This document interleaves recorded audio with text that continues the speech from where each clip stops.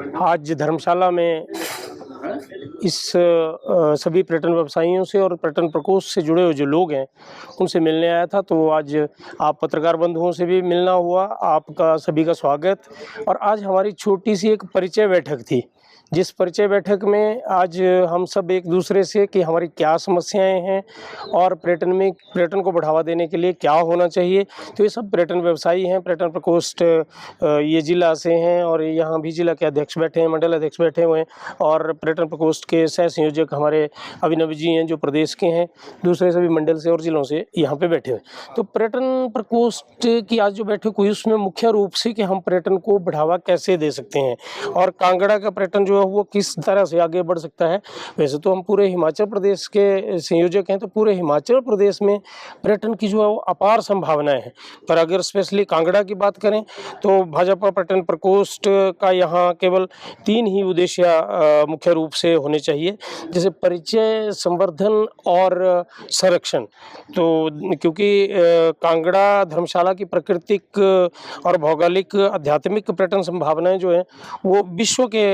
पटल पर जो है स्थापित होनी चाहिए, क्योंकि यहाँ पे कुदरत का दिया हुआ इतना सब कुछ है कि जिसको हम संरक्षित नहीं कर पा रहे हैं कुछ कारणों के कारण, क्योंकि कुछ हमारे में खुद में सुधार हमें लाना पड़ेगा। जैसे पर्यटन व्यवसायी जो है वो तो बहुत कोशिश कर रहे हैं, लेकिन कई जगहों पे जो है कई कुछ छोटी मोटी गलतियों के कारण हम फेल्योर की तरफ चले जाते हैं, कि जैसे सफाई का विशेष ध्यान ना रखना, हमें पर्यावरण का विशेष ध्यान ना रखना। अब तो सभी हालांकि सचेत हो गए हैं, सबको पता है कि पर्यटन व्यवसाय जो है वो हिमाचल प्रदेश के लिए इतनी सुदृढ़ आर्थिक व्यवस्था को जो है वो इतना सुदृढ़ करेगा कि आने वाले समय में पर्यटन और एग्रीकल्चर, इन 2 चीज़ों पे ही, बागवानी और पर्यटन पे ही, 2 चीज़ों पे ही आधारित जो आर्थिकी है हिमाचल प्रदेश की वो चलेगी। आज भी पर्यटन व्यवसाय में हिमाचल प्रदेश में कोई 14,000 करोड़ रुपए की इनकम जो है वो आती है और 8% के आज की जीडीपी के उसमें 8% के करीब है। आने वाले समय में हम चाहेंगे कि ये इससे 2 गुना 2.5 गुना बढ़े, 20% हो और लगभग 40,000 करोड़ जो है वो उतनी इनकम पर्यटन से हो, क्योंकि संभावनाएं यहाँ पे हमारे पास हैं। लेकिन कुछ सरकार के उदासीन रवैये के कारण जो है हमारे पर्यटन व्यवसायी पीछे हटते हैं। जैसे अगर धर्मशाला की ही बात प्रॉपर वे में हम करें तो यहाँ जैसे ट्रैक है, एक त्रिउंड का ट्रैक है जिसके लिए स्पेशली लोग जाते हैं, तो पहले फ्रीक्वेंटली जाते थे और स्वयं लोग उसका ध्यान भी रखते थे। अब कांग्रेस सरकार के समय में उसमें एक बैरियर स्थापित कर दिया गया है कि जहां अंदर जाने के लिए अगर इंडियन ने जाना हो तो 100 रुपये लेते हैं, फॉरेनर ने जाना हो तो 200 रुपये लेते हैं। अगर वहां पे ठहरना हो टेंट में, क्योंकि इतनी बड़ी प्राकृतिक सौंदर्य है ऊपर, ठहरना हो तो इंडियन ने टेंट लगाना है तो 350 रुपये लेंगे, फॉरेनर ने टेंट लगाना है तो 550 रुपये ले लेंगे। और कोई बात नहीं है, लेते हैं, अगर सरकार के पास नहीं पैसे हैं तो लें, लेकिन सरकार की जो पर्यटन को और ज़्यादा व्यवस्थित करने के लिए और पर्यटन को और ज़्यादा सुदृढ़ करने के लिए फ्री होना चाहिए। पर अगर लेते हैं तो कम से कम कोई ना कोई फैसिलिटी तो होनी चाहिए। रास्ते में ना कोई बाथरूम है, ना कोई ऐसा सफाई की व्यवस्था है, ना ही कोई शेड है कि जहाँ लोग आराम कर सकें या बैठ सकें, ना कोई ऐसी एडवाइजरी समय समय पे दी जाती है कि हाँ जी वहाँ पे आज बर्फ पड़ने वाली है, कुछ है, वो कुछ नहीं है। सिर्फ पैसे लेने का एक जो है वो ट्रेंड चला रखा है। कई बार हमारे लोग मिले भी, आज भी हम कोशिश करेंगे कि अगर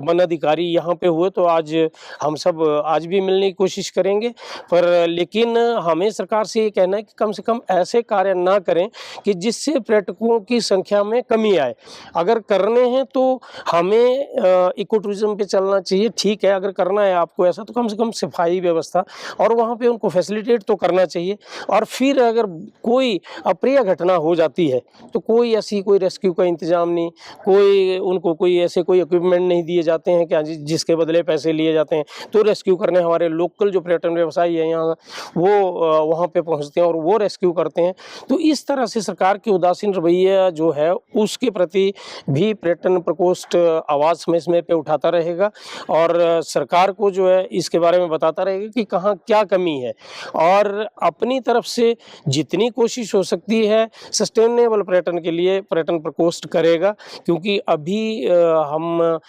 जो हमारे बड़े नेता हैं या जो भी हमारा शीर्ष नेतृत्व है उस तक ये सारी आवाज़ पहुंचाएंगे, क्योंकि अब समय बहुत कम रह गया है। कांग्रेस सरकार पहले तो अपने बोझ से गिरने वाली थी, लेकिन अब तो समय के हिसाब से भी 1.5 साल मात्र रह गया है, फिर दोनों जगह हमारी सरकार होगी। हिमाचल प्रदेश में भी भारतीय जनता पार्टी की सरकार होगी और केंद्र में भी भारतीय जनता पार्टी की सरकार होगी। तो मुझे लगता है कि उस समय ये पर्यटन प्रकोष्ठ पहले से ही सारे जो जितनी भी योजनाएं हैं उनको बनाकर रखेगा और अपने शीर्ष नेतृत्व को बता कर रखेगा। तो सस्टेनेबल पर्यटन के लिए जो भी कोशिश होगी वो उस समय जो है हमारी सरकार जब आएगी तो करेंगे। उसी के लिए ये जगह जगह पे सभी जिलों पे परिचय बैठक भी हो रही है। और पर्यटन में क्या दिक्कतें पर्यटन व्यवसायियों को आ रही है, क्योंकि पर्यटन व्यवसाय से बहुत लोग जुड़े होते हैं, चाहे धर्मशाला की बात करें, मनाली की बात करें, शिमला की करें, चंबा की करें, जहाँ भी पर्यटन व्यवसाय है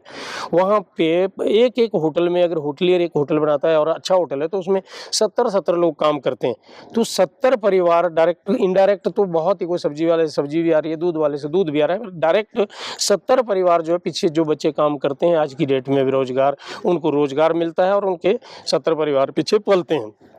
इसलिए पर्यटन जो है हमें रोजगार भी दे रहा है और अतिथियों को यहाँ आने पे आकर्षित भी कर रहा है। तो मुझे ये कहना है कि सरकारें जो है इस तरफ ध्यान दें और पर्यटन व्यवसायियों को इतना न दबा लें कि वो इस व्यवसाय करने के लायक ही ना रहें। जिस ढंग से बिजली की दरें बढ़ाई जा रही हैं, जिस ढंग से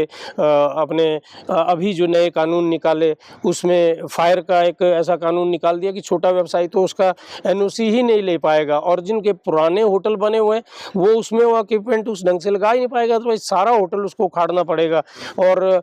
टूरिज्म की दरें 2 साल के लिए टूरिज्म का रेनोवेशन का कर दिया उन्होंने कि 2 साल बाद रिन्यू करो उसको, उसकी दरें बढ़ा दी गई हैं। इस तरह से पर्यटन व्यवसाय, जिस पर्यटन के कारण लाखों लोगों को रोजगार यहाँ हिमाचल प्रदेश में मिल रहा है, उसको भी दबाने की सरकार कोशिश कर रही है।